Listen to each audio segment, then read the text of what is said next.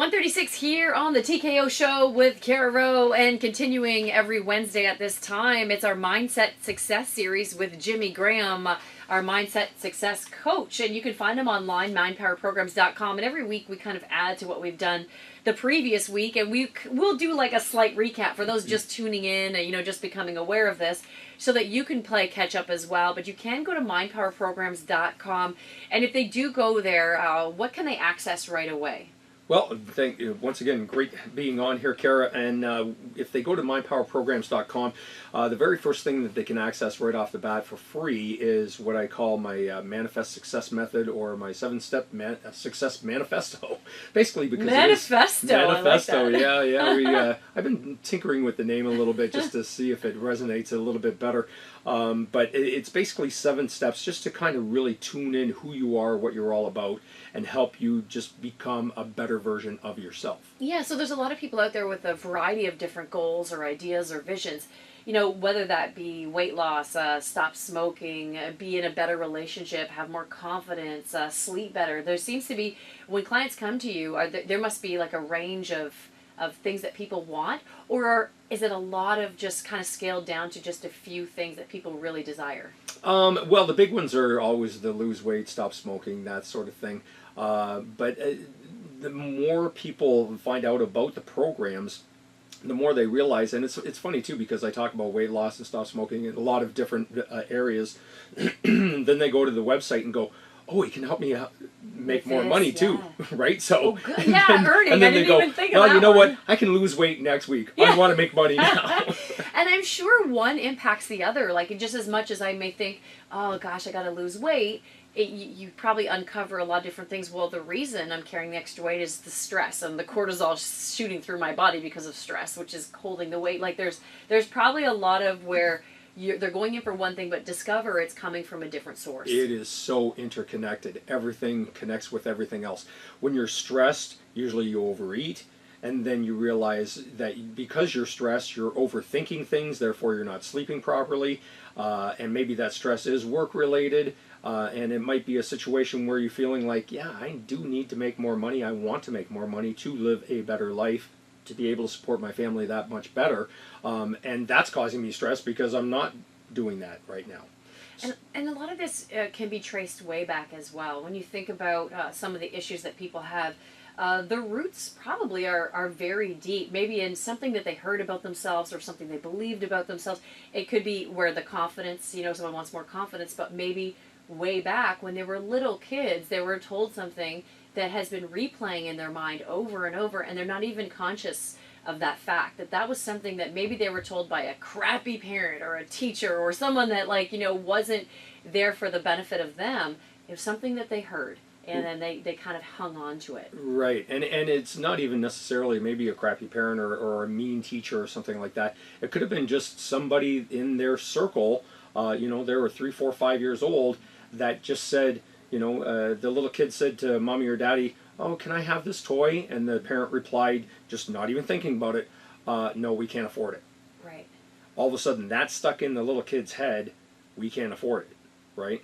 So all of a sudden that poverty mindset starts taking shape, that, well, this is just the way things are. We can't afford this. We do need it, but we just can't afford it. Yeah, right? wow, that's it. Yeah, what a great point. That's something so small, or maybe something you've heard over and over. Because what's really funny?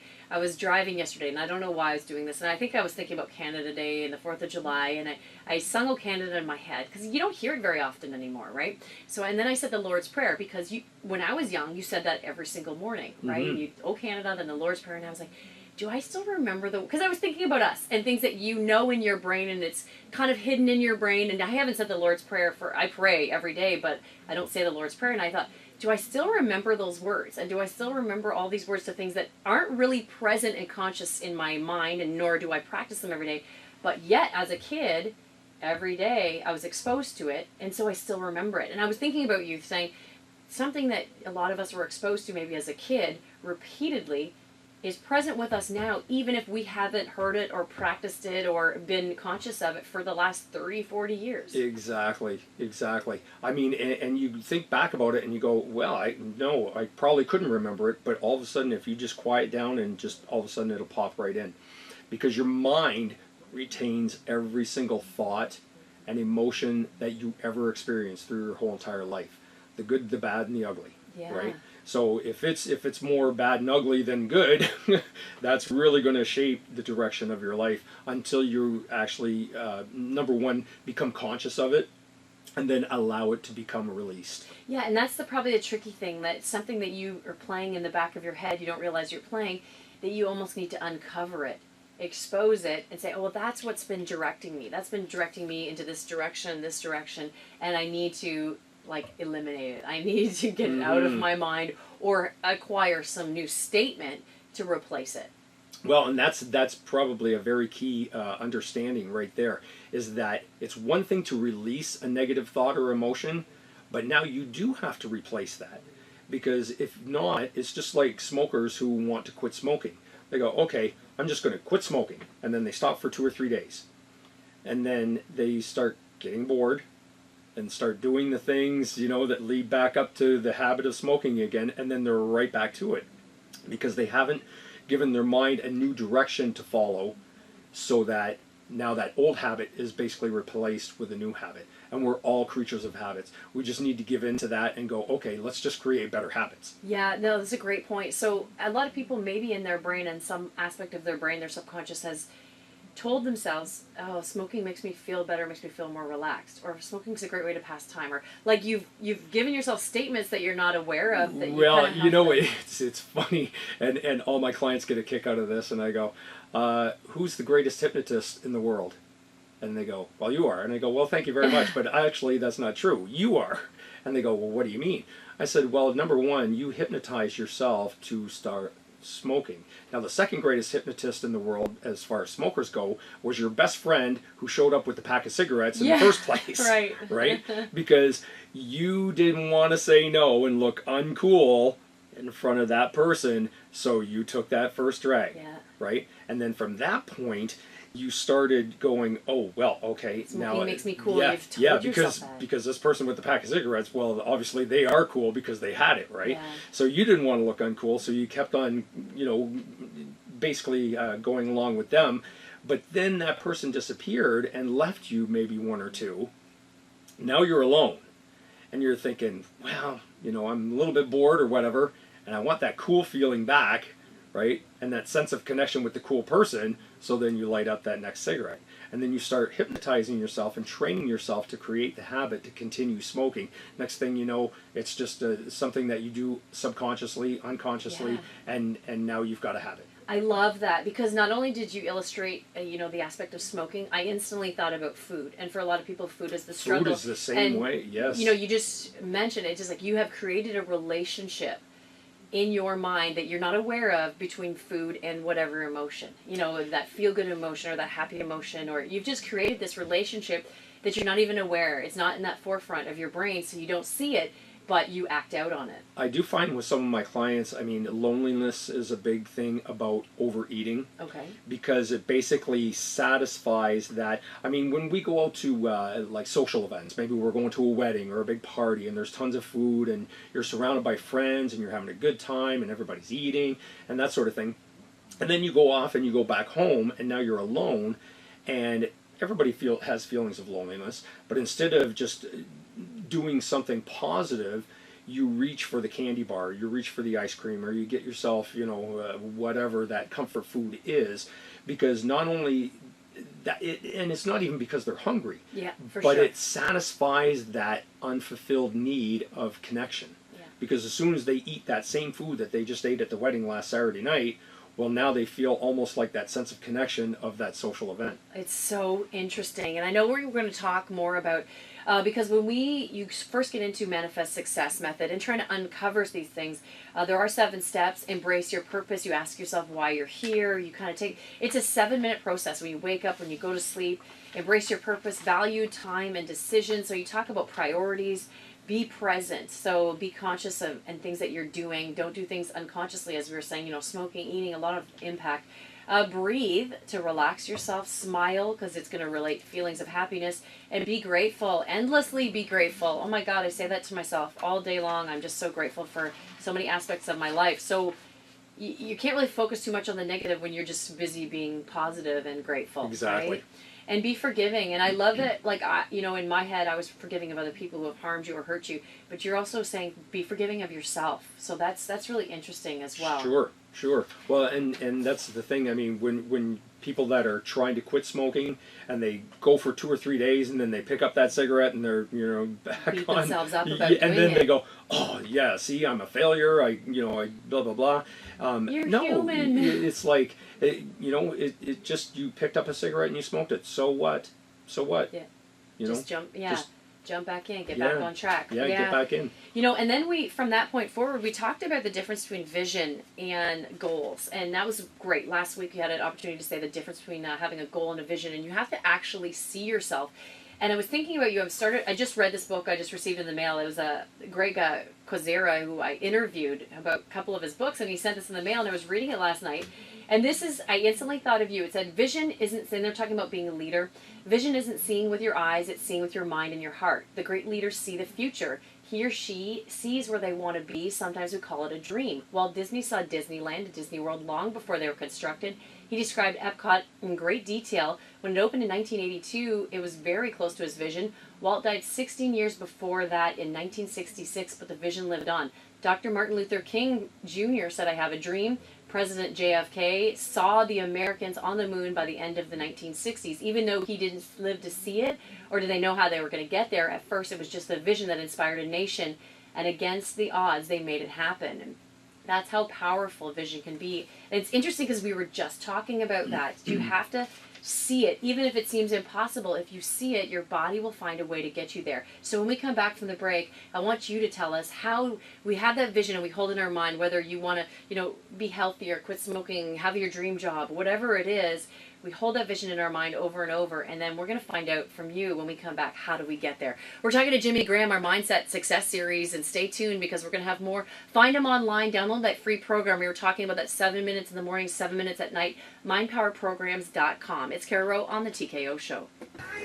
152 here on the TKO Show with Kara Rowe. It's our Mindset Success Series, and Jimmy Graham joining me. He's our Mindset Success Coach. You can find him online, mindpowerprograms.com, and just get online and download the first bit that we talked about. It's the Manifest Success method. So you start with that, and it doesn't matter what you want to achieve. If there's something in your life, and everyone wants something they want to achieve. Maybe you want to be in a better relationship. Maybe you want more money. Maybe you want to lose weight, stop smoking. There's a variety of different things that daily people kind of in the back of their mind, like, I wish this.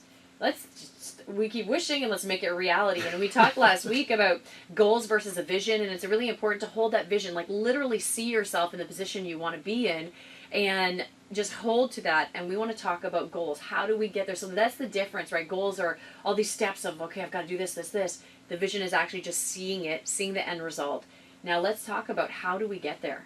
Well, and that's the big thing. I mean, first of all, when I'm talking with people about goals and visions, most people can relate to goals, right? They kind of understand that word. Vision, on the other hand, almost sounds like a kind of a scary woo-woo type of thing. It's like, what do you mean by a vision? The vision is the grand picture of what you want to accomplish. It's like the vision board that you hear, everyone talk about. It is, yeah, and just to get an idea of where you want to go, what you want to be. But a lot of people actually that I've talked to about visions and goals, it's almost like they kind of get scared about it. It's like, ooh, you mean I can kind of accomplish this? And it almost puts them out of their comfort zone. You can see that happening a little bit. And your goal or your vision actually doesn't really need to be that big. Maybe the vision is, this summer I just want to be 10 pounds lighter. I just want to drop 10 pounds. Maybe the vision is I want to stop smoking. I want to become better. Not to really make it a concrete, this is exactly what I want, but just this is the feeling I want. This is the kind of the grand picture. And just let it go at that. One great thing that I do suggest to my clients, though, is that whatever that vision is, then just sleep on it. You've heard the term sleep on it. When you go to sleep at night, you just start visioning. It's like feeling yourself 10 pounds lighter, not smoking anymore, being healthy and being smoke-free, whatever that is for you. And then just envision it while you go to sleep at night. Your subconscious mind will go to work on finding answers and solutions to that situation and start pointing you in a different direction. Now, the thing with vision, just like you said, it's the big picture. Goals, on the other hand, and this is where people get confused, is basically just the action steps to create the vision, right? To get there. Now, there's a million. It's like, here's your top 100 goal list, and pick 10 goals to do today, and all this stuff. And we even have our daily planners where we write out like 5 things we need to do today. What I found is that even that, in this day and age of overwhelm, is overwhelming. Yes, right? Sure. So, or you just have a bunch of lists that you never achieve. And oh yeah, exactly. And you look at them, and what does that cause? That just causes more stress too, right? Yeah. Because you go, oh my God, I'm such a failure. I didn't get anything accomplished. Yeah. So wouldn't it be better just to go, okay, if my vision is to stop smoking, today I'm just going to simply, my goal is to smoke 1 less cigarette than I did yesterday. Yeah, That's small it. baby steps. For That's sure. small baby steps. Maybe the vision is I'm going to lose 10 pounds this summer. Well, my goal is today, and I like that little thing that you did in the previous segment, is that your stomach basically is only the size of your fist. So for one meal today, that's the size of the meal I'm going to have. I can eat anything I want, but it's only going to be that size. Right. That's my goal. Just break it down into small little goals. Achievable goals. Exactly. And once you start achieving that simple goal, what are you going to feel? Success. You're going to feel success, and you're going to feel a sense of accomplishment. Because what sabotages everybody is that if you don't feel like you've accomplished something, you give up. You might try it a time or two after that, but you will end up giving up because you don't feel that sense of accomplishment. It's like, and then you get into that I'm a failure type of self-talk. I know, because when we set these visions, it's like, okay, I want it today. How do I do it? And we do this laundry list of goals. Okay, I've got to do this. Like, especially when people want to lose weight, and because I'm in the fitness industry, and I see it, and because I've done it before too, where you're like, okay, well, I want to lose weight. I'm going to. I got to get the spandex. I got to get the gym equipment. I got to get new sneakers. I got to get the gym membership. I'm going to eat this, and I'm not going to eat that, and it's like so overwhelming, and it's so hard to maintain that pace. Yes. That you fall off, and then you say, okay, well, next Monday I'll start all over again, or on the 1st I'll start, and then they start getting further and further away. But it's just those small little attainable ones, and they do add up. I'm all about consistency. So if you can just consistently, Yes. do something every single day, you're going to start to see results. And once again, just like we mentioned earlier, is that we're all creatures of habits.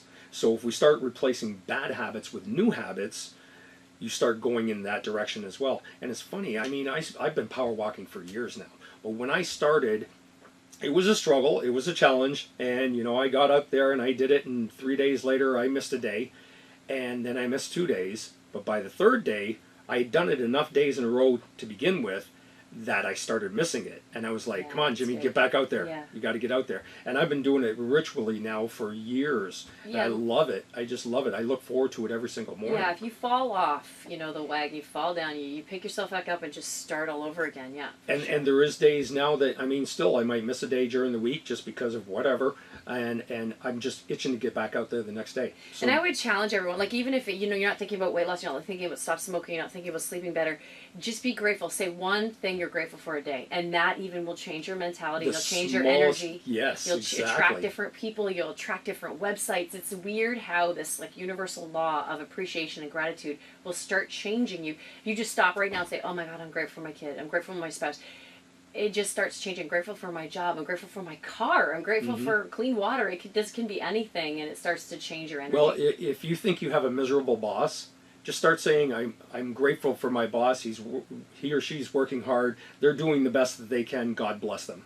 And if you continue doing that every single day for 2 weeks, you'll probably see their energy change. Yeah, 100%. Yes. I agree. Jimmy, amazing. Again, if you missed anything today, you can find the audio online, and you can sign up for MindPower programs. Go to mindpowerprograms.com. It's Kara Rowe on the TKO Show. We just never have enough time. Sorry, Will. Don't apologize to me. Apologize to London. Chris said they've never given us hell, so...